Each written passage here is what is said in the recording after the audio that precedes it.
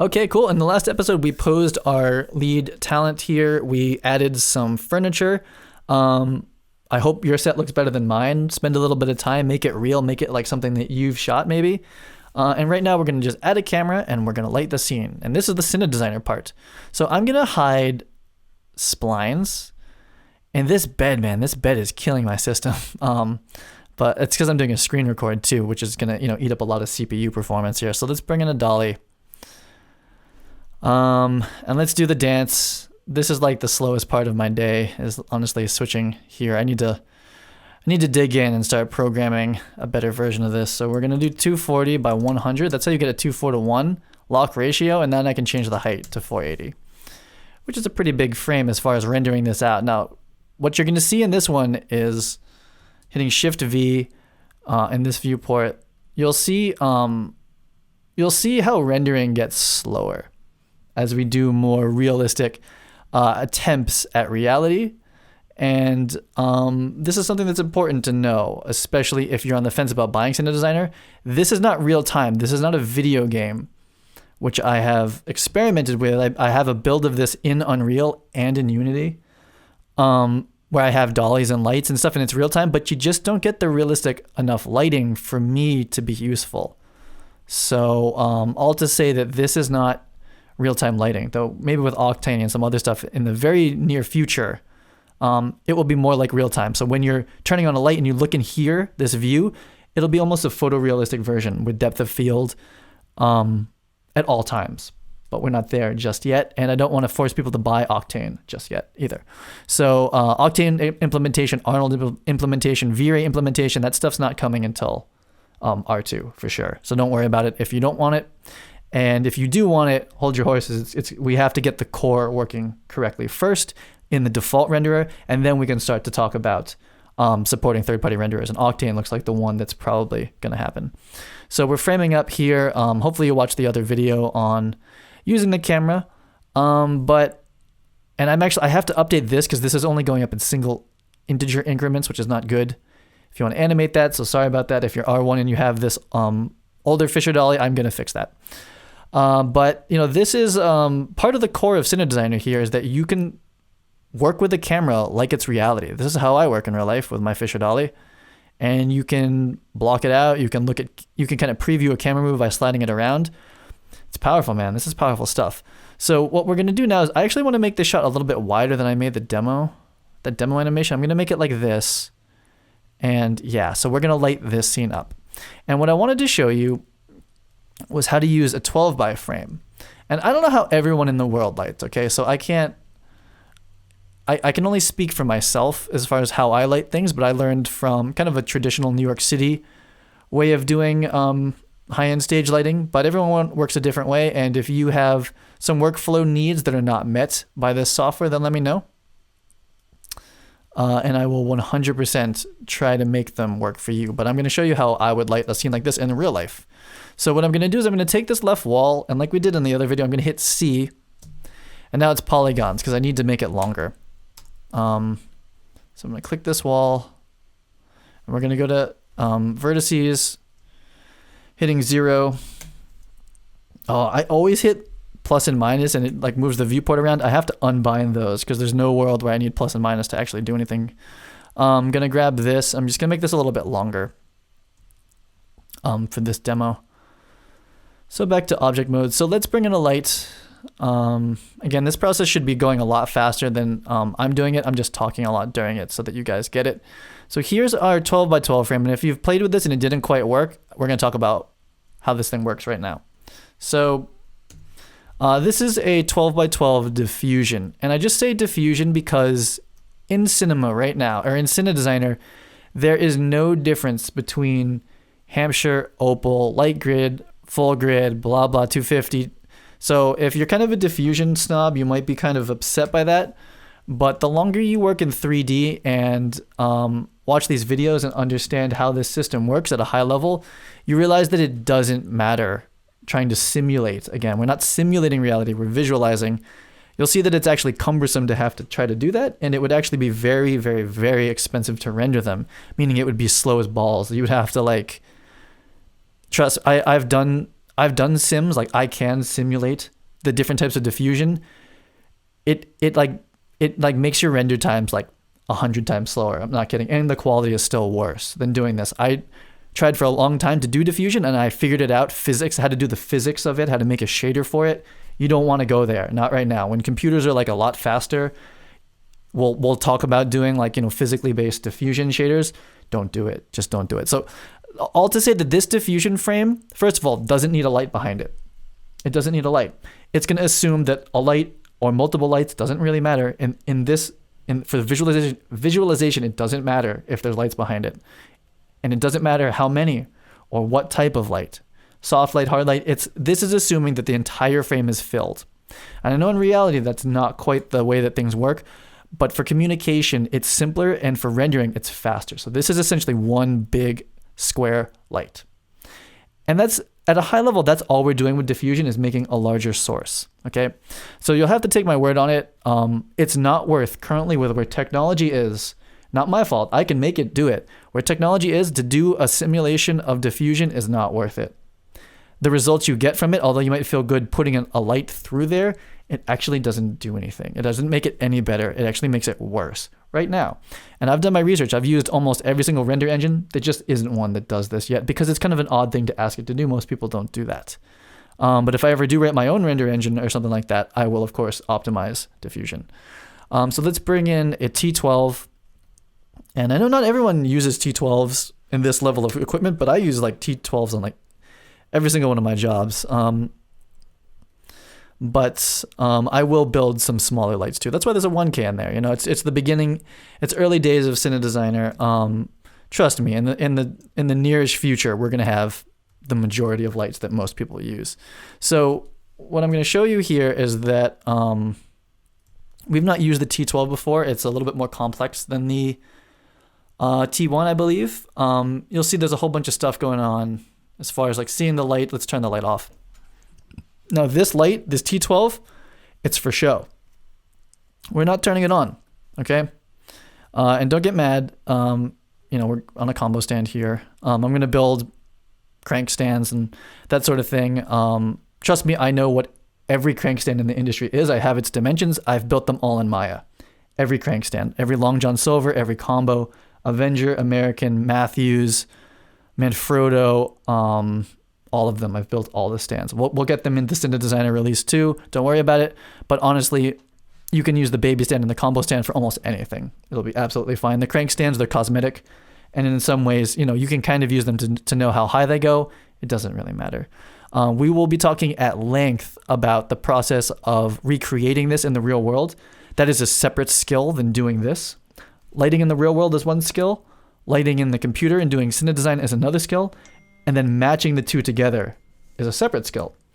Like I said, sorry, I'm recording this. I have to keep my phone on. I'm actually gonna turn that off for a second. What I was saying is that visualizing is a separate skill because it's 3D, and this is not exactly reality. So this does rely on you understanding how lighting works in the real world to represent it. It's because you can do things that are not possible. Okay. And people asked, and this is a valid question, and I'm still working on this every day of my life. And when I go to bed, I think about this. How do I make this light level accurate? It's a pretty complex situation because you have to consider how would you standardize the light level coming out of here when you don't know the frame rate or the ISO or the T-stop. And then the question becomes, do you actually want to simulate that? So I have a 10K here, and then I'm like, well, I just want to know what this light looks like coming through here at exposure. But I'm using the depth of field of a 2.8, so I have to make it smaller. That's stuff that you have to deal with in reality that you don't have to deal with here, and in a way that's better because you don't want to have to deal with that stuff when you're designing. We're just communicating. Just assume we can get exposure. And then your job is to make this visualization of the lighting a reality with your lighting team, and it relies on you being a good DP. You need to know how to make this actually happen. There's things about this scene that I know that I'm visualizing, and it's simplified, and it'll do a good job of showing it. But to actually get the results in the real world, I know that there are certain things that I'm not showing here that have to happen. And trust me, I am starting to put in a lot of, especially on the grip side, all the stuff like the gripping, the bottomers, the toppers, like double diffusing it, putting a grip. I'll have a lot of that stuff in there, but you really don't want to get bogged down with like all the stuff you have to do in reality. I'm just doing a pretty good job of representing it. And sorry to slow down this tutorial to talk about this, but I think it's important, especially for people that are watching this because they're on the fence about getting it. This is a visualization tool. It's not simulation. So I just want to keep telling people that over and over again. This will do things that you can't do in reality. I want to say that again. It's not going to stop you, but it will do a good job of visualizing it. And if you're an experienced DP, you will start to intuitively understand how to show something and then know how to do it in the real world. They're different skills. Okay, so there's that. So let us do one thing. I did it in a nicer way with our 12 by T-bone rig before, but I'm not going to take the time to do that now, especially because I took that whole time to just talk about the paradigm of lighting in this as far as visualizing versus simulating. They're different things. And I'm not going for simulation because that's very slow. And if you've worked in any other CAD program, because I've worked in most of them, SolidWorks, AutoCAD, Vectorworks. When you say the word simulation, it basically starts to imply slow and very expensive to render. Whereas this is more of a consumer level visualization tool. Now it's the damn best one there is, and probably will be for a long time. I can say that pretty confidently, having researched for a long time. It's one of the best ones, but if you want simulation, it's like, cool, render 10 hours. And then you get a realistic simulation, but for what? For why? It's not helpful. So what we have to do here, sorry for all the talking, but I need to be able to explain this, and writing it in a tutorial or writing it in documentation somewhere, no one's going to read it or get it. So I have to stick in this tutorial series, which I hope a lot of people who are interested in this end up watching. So we just turned the light on. So let's turn it off. And you'll see that it turns off the default lighting. It still appears that this 10K is on, but it's not. It's not actually going to put out any light. But it makes it look like it's going through the diffusion. Job done. Job done, guys. You don't have to actually perfectly simulate it. That 12K going through the diffusion, that's a very good representation of it. We're using a very accurate size light now. The shadows coming off the 12 by, and the way that soft light works, how it shows up in reflections, that will be a bigger reflection. That's very accurate. But this is how we represent diffusion for right now, for R1. This is how R1 is going to be for diffusion. As we start to look at other render engines, like Arnold specifically can do diffusion very well. I think that Octane could probably do a good diffusion. V-Ray could do an okay diffusion. We'll talk about making it so that you actually put the light through it, but you will see, because I've done this for years, it's not worth time. It's not worth the extra time. This is cleaner and faster. So we have the light on, and you can kind of roughly see the light level. It's not exact, but I have it at 80,000. I might make it more like not 9,000, 90,000. And again, that's lumens. It's 90,000 lumens. And lumens is not something you're used to working with on set, but it is a really good way of working in 3D. And it is a scientific measurement that people use to rate like light bulbs. Light bulbs are rated in lumens. And I've done a lot of research onto the science and the physics in the back end and how the programming of just measuring a real world light. Watts is actually an irrelevant measurement. So you're like, oh, how do I put in 10,000 watts for a 10K bulb? 10,000 watts actually doesn't mean anything. That's the power draw. That's how much energy it's using. It actually has no relation to the output of light. So watts is not a measurement of how much light there is. It's really how much power, how much energy it's using. And that speaks nothing to the efficiency. As you will know that a 1,000 watt tungsten light and a 1,000 watt LED light, the LED light, because it's more efficient, same wattage, puts out more light. So wattage, you can't use wattage as far as a measurement. So let's hit Apple R. We're going to let this render out. And this is pretty quick. So that's what I'm saying. So like that just rendered on my little MacBook Pro with video recording on my computer in seconds. And I can look, and a 10K going through a 12 by frame, the shadow quality at that distance will look like this. It was very accurate. That part is very accurate, the size. And that's really what matters in high level cinematography. You know, when you're on set, it's like, I want like a 20 by 40 over there with 10Ks bounced into it. All you're asking for is actually a 20 by 40 that's emitting light. What's bouncing into it doesn't really matter, other than like color temperature and how much light level you need from it. But like the high level, like what it looks like, how it casts shadow, and the quality of that light doesn't actually matter what light's going into it or through it or double diffused. It really doesn't matter. You'll actually, having done quite a bit of research into this, book lights, double diffusing, the different types of diffusion, a lot of the knowledge that's out there about those techniques isn't correct. It might be correct for certain situations and certain applications, but it's not universal. Double diffusing, for instance, does not necessarily make a light softer, okay? Book lighting does not necessarily make light softer in quality, and I can prove this to you as we get further down the road. So just know that in the high level, you're really just talking about the size and the distance of light, of a light source. That's all that really starts to matter, and that's why in this program, that's all we really care about. Though we can simulate bouncing and that sort of thing too.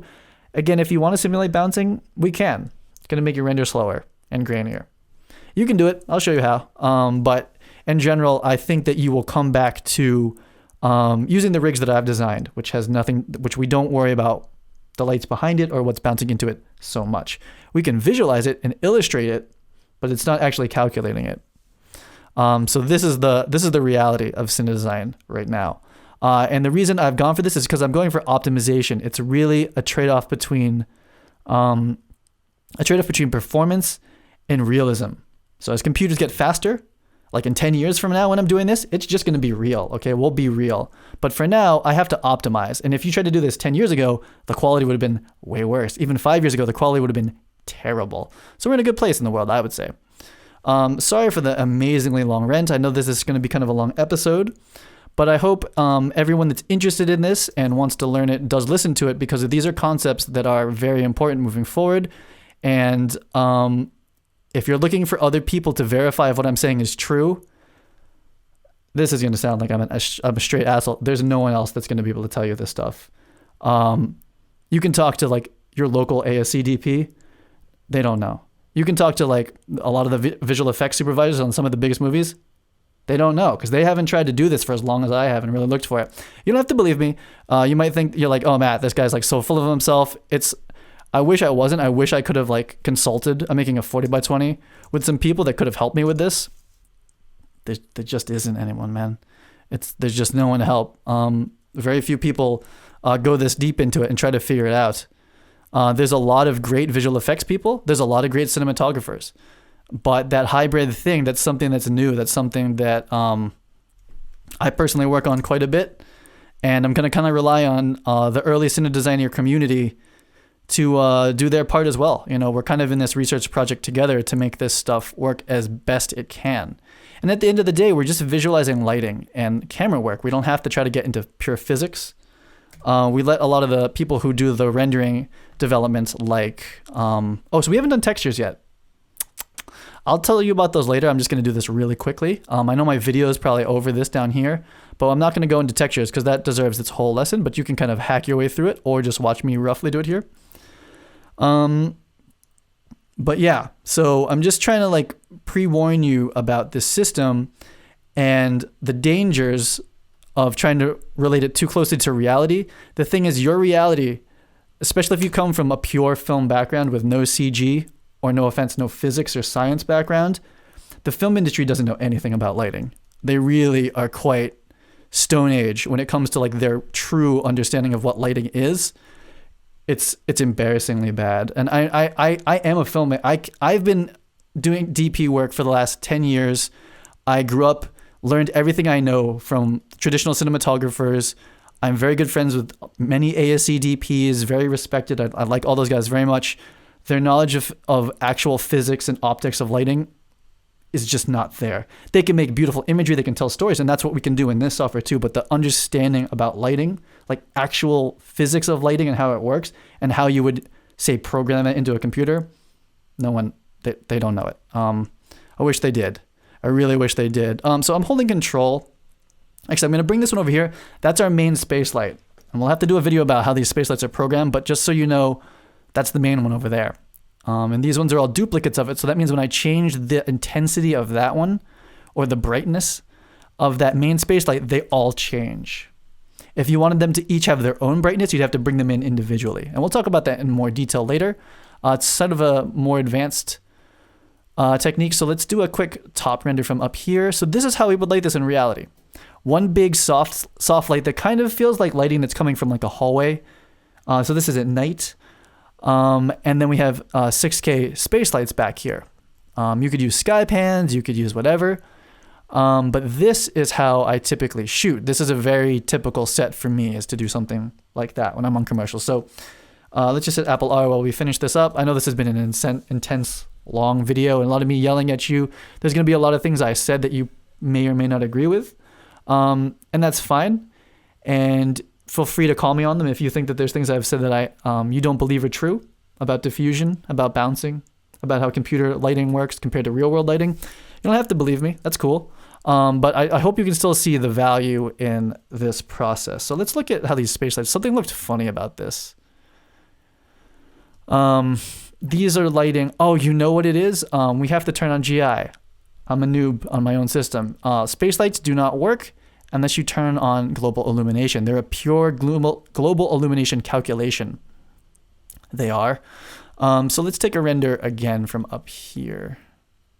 So I see, all that was happening is this was casting light over there. That's not good. So we did a render like I think we did this for the diagram I was showing. Yeah, because this is a good way. So you'll have to be creative about how you place your camera to be able to illustrate the lighting to say your crew. So we'll hit Apple R. I should make the floor bigger so it catches light. But this is essentially going to end up this demo.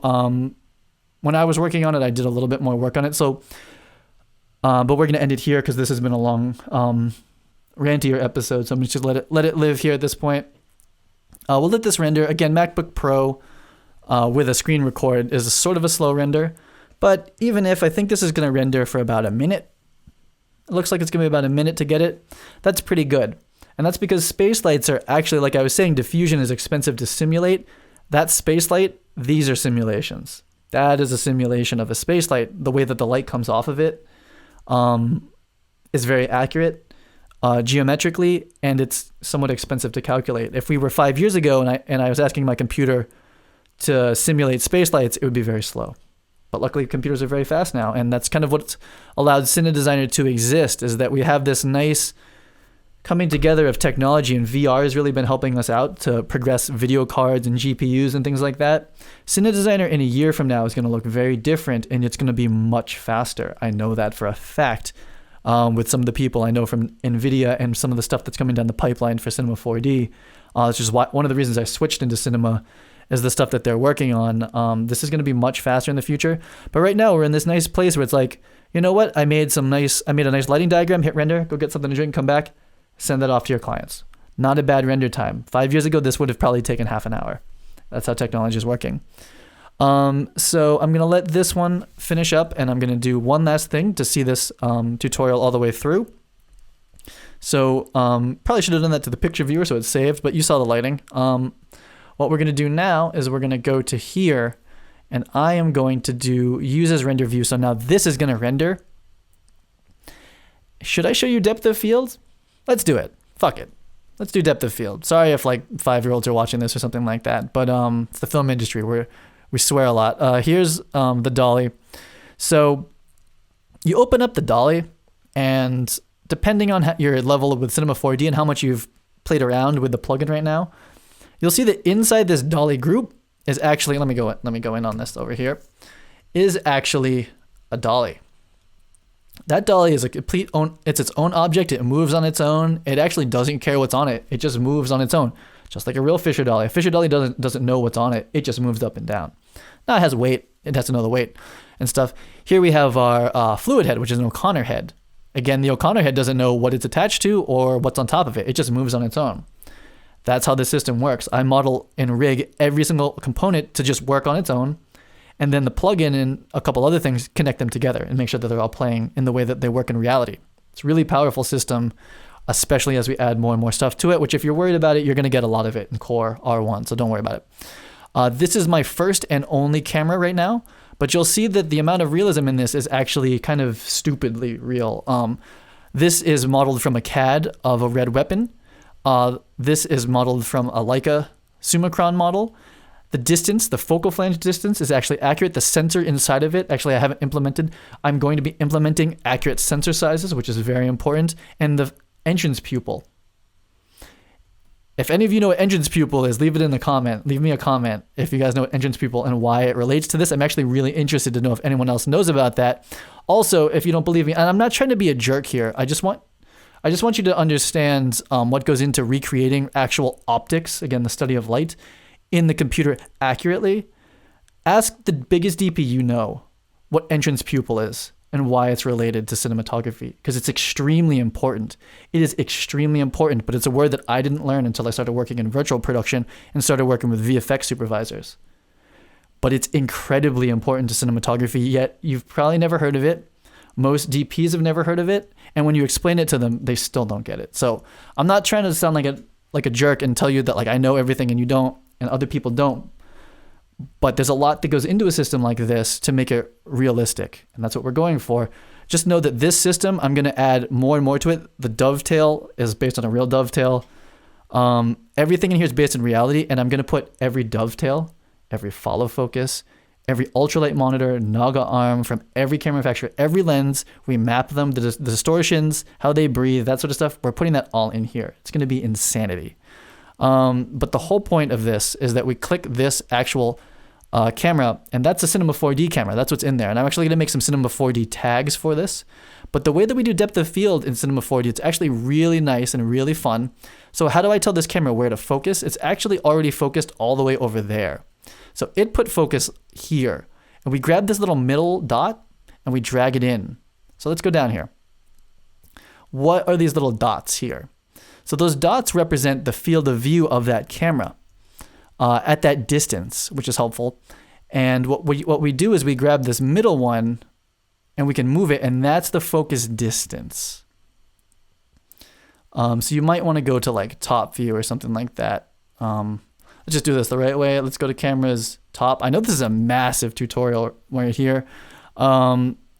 But I got to get this information out to you guys in some form, and I hope that video is an engaging enough format that you would learn it, because there's a little bit of a learning curve to get the system up and running correctly.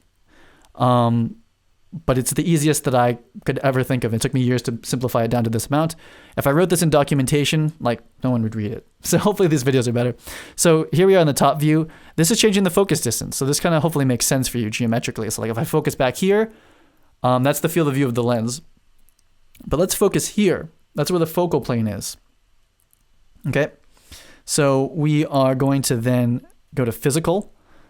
We have to go to render settings. We have to turn on physical. So you need to have Cinema 4D broadcast and higher, I think, to have physical render. So I'm sorry if you guys got Prime, because, excuse me, Prime is the most affordable Cinema 4D. I don't believe Prime comes with physical.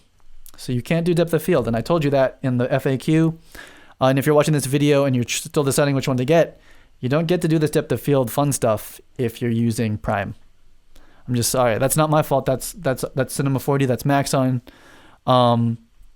It's fair though, in my opinion. So now we're going to have depth of field, and this stuff, we're not going to cover all of this here. Physical render, we now start to work with a camera like a real world camera. I'm going to put 2.8, and I'm actually going to put 2, f2, which is, they're using f-stops, not t-stops, which is the correct, actually, that's the correct theoretical way of calculating depth of field. T-stop is transmission, so it relates to the amount of light coming through after the theoretical geometric calculation of depth of light transmission, because there is a theoretical f-stop for a lens, and then there's the real world t-stop, and they're different. And typically less light is coming through the lens at the end of the day because of light loss, because of optics, because of physics. So f-stop is actually the correct way to calculate it. Don't get it twisted about f-stop and t-stop. You can use f-stop for depth of field. That's all we're doing. Sorry if this is really technical. Turns out cinematography design is insanely technical, but you're learning about real world physics and cinematography and optics, whether you like it or not.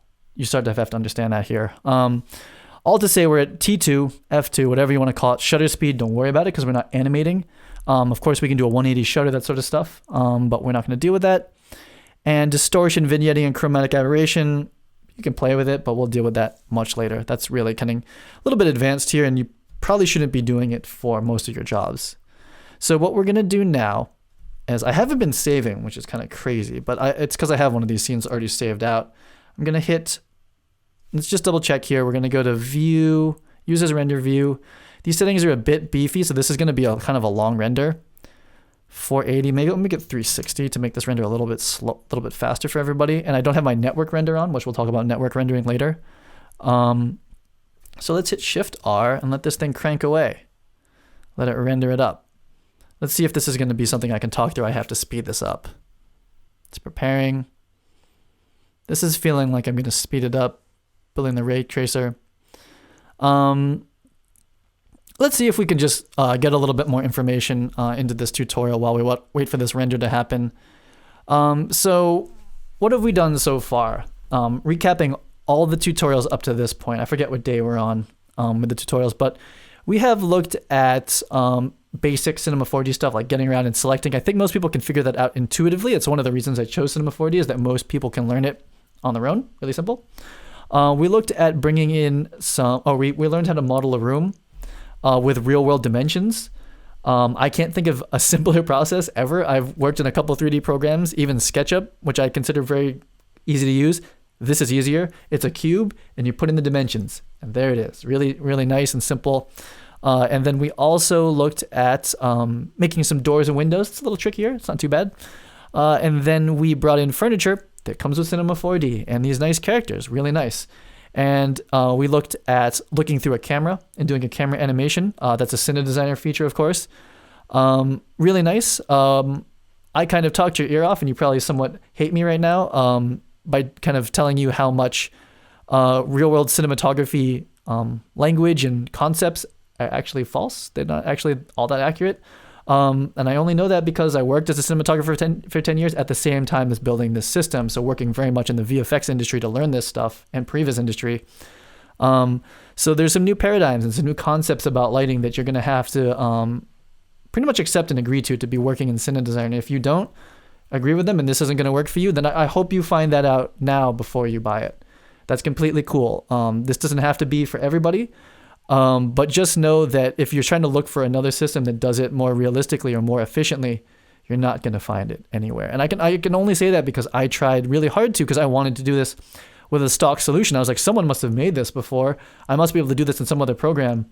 I've tried everything. I've done Vectorworks. I've done it in AutoCAD. I've done it in 3ds Max. I've done it with Maya. I've had access to some of the big studios systems. They're all terrible. They're all really bad. And it's because most of them who designed it never worked in film for 10 years and then worked in visual effects to build the system. There was no crossover. I think it's only because of technology that I was able to do this, like, and with a programming background and working in film for 10 years and continuing to work, that I was able to build this and understand and try to have it be realistic. So this is at the 2 minutes 50 second mark, and it's about to actually start rendering. What you'll see, this process here, these little dots, it's actually calculating the bounced light. So light comes into the scene, it hits something on the floor and it bounces up, it hits something else. I believe we're only doing one bounce in this situation. That takes time to calculate. And while this seems a bit slow, a bit painful, I definitely say, like, hit a render, go do something, come back. Or just, I honestly sometimes like watching it. I like to watch it think. Just know that a year or two ago, it would have been twice as long. 5 years ago, it would have been 10 times as long. 10 years ago, you would have needed $1 million computer, and it still would have been 50 times as long. I know because I was doing this back then, and we were only doing viewport stuff. So viewport is like that live preview you get. I built a whole system in Maya that's only live preview. And you'd only look at like that crappy lighting, but I was not happy with that as a cinematographer. I want to see like the actual lighting. And that's what I tried to build. And I'm only releasing this now because I think we're at a point where, like, this is reasonable. Okay. It's not a real-time video game, but with a good enough computer and some patience and understanding this, you can communicate cinematography, the lighting, and the camera moves now in a reasonable time and be reasonably realistic. And it's reasonably simple. So we're at this like kind of crossroads of all those things. So this is rendering up. I don't know if I'm regretting this kind of like letting you watch this process, but I'm actually not, because I think a lot of these tutorials are going to be for the people who bought it, how to learn it. A lot of that is for me to teach you that. But the other is for the people on the fence. I want to accurately portray what it looks like to do this process, how long it takes. I'm not trying to cut a fancy trailer that's like here's all the options, and then you get to start to use it and it's like, oh, this takes a minute to render. I'm letting you know that now. Build that into your expectations. I don't want false expectations with this system. This is insanely powerful. I think that most people can see that. Imagine it as we build together every single light in the industry. We can show that as a representation. It's not a simulation, but we can represent every light very accurately. If the set designer builds their set in SketchUp, I can import it at 1:1 in scale, and I just start lighting, which is how a lot of my jobs go down right now. And I can start to be like, they build the set, and then we light it and we frame it virtually here well before we get to the shoot, and we're making creative decisions here. Show them different colored backlights. Show them what that 12 by from the window looks like.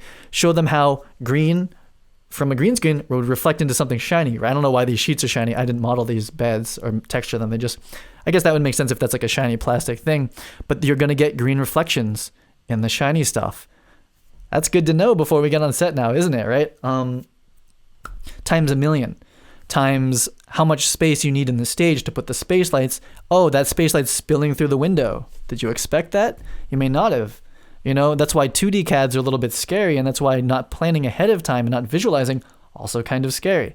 If you're on small projects where it's like, we just wing it, that's going to be okay. But the stuff that I work on, winging it's not okay. Having mistakes like that's not okay. So I feel much better practicing here, visualizing here, making sure that what the client and the agency and the director told me, this is my interpretation of it. Does this feel right? Before I get on set, before I tell the producer to go get 5 T12s, 20 space lights, get a 10 and 10 crew, I would like to know that stuff. What does a 50-foot techno crane look like compared to a super techno 30? You get the idea. That's what we're doing here. And these are the stakes that we're playing with as cinematographers. So it's done. That was a 6 minute 23 second render. I'm screen recording, so it's a little bit slower. But just so you know, it took 6 minutes to render that. So I want you guys to know that going forward. This video is terribly long. It's so much longer than I wanted to make these. But as we get into more and deeper techniques and things in cinematography design, I have to explain to you how it works. I feel like that's my responsibility for people that bought it and for people that are thinking about investing into it. You just watched a pretty typical workflow. If I wanted to pull back and do a render of the behind the scenes, and both of these would go out to clients and directors, it would probably be a little bit faster, because if you do wide shots, a little bit faster. But expect that 5-minute render per one. It's not so bad for these nice photoreal-ish visualizations of what you're planning to do on your shoot. They're very powerful, and you will blow minds with this. It's pretty crazy, and it's very accurate. You can show this to your crew. I've had certain G&E people push back and be like, "That's not reality. That's not how it works." Most crew that you work with that are professional, if you show them a plan like this, they will never forget you. They're like, you make my life so much better because I know what you want now. Now they might want different space light placements. They might want certain diffusions. That's what I'm talking about. Doing this in the real world is a different art. It's a different craft. But they see at a high level what you wanted. The quality of light, where it's coming from, how it relates to the position on the set. Things that are almost impossible to convey in words without being on set, you can convey here. Professional crew really appreciate this. Trust me. I work with a lot of gaffers, a lot of key grips, union, non-union, New York, LA, London, like different places. Everyone I've shown this to, as I've done this process, they really appreciate it. So this video is massive. I know it's massive, but that is a pretty complete look now. We modeled the set really quickly. We brought in assets from Cinema 4D. We lit it. We rendered it. Welcome to Cine Design. Welcome to cinematography design. That's what it's about. At this point, it's doing it faster, doing it better, getting more comfortable modeling sets that you're going to be on, going into the real world, modeling that, and explaining lighting, explaining cinematography. That's what this tool is. We're communicating and visualizing. And I think in the next videos, I'm going to start to go onto the interwebs, onto the internet, superhighway, and I'm going to show you places to get more models, because that starts to be the bottleneck. It's like, well, I have to show like an iPad on a desk, on a chair. I don't have that. How do I do that? I don't expect you to 3D model that. I really don't want you to be 3D modeling. That's not what you use your time doing. So I'm going to show you on the internet where to go to get free and paid quality models that will work with Cine Designer and Cinema 4D. So thank you so much if you actually made it through this. And if you're still on board, because I know I said some stuff that's somewhat inflammatory to traditional cinematographers, but it's the truth, and I just want to tell you the truth. So I'll see you guys on the next episode. See you later, bye.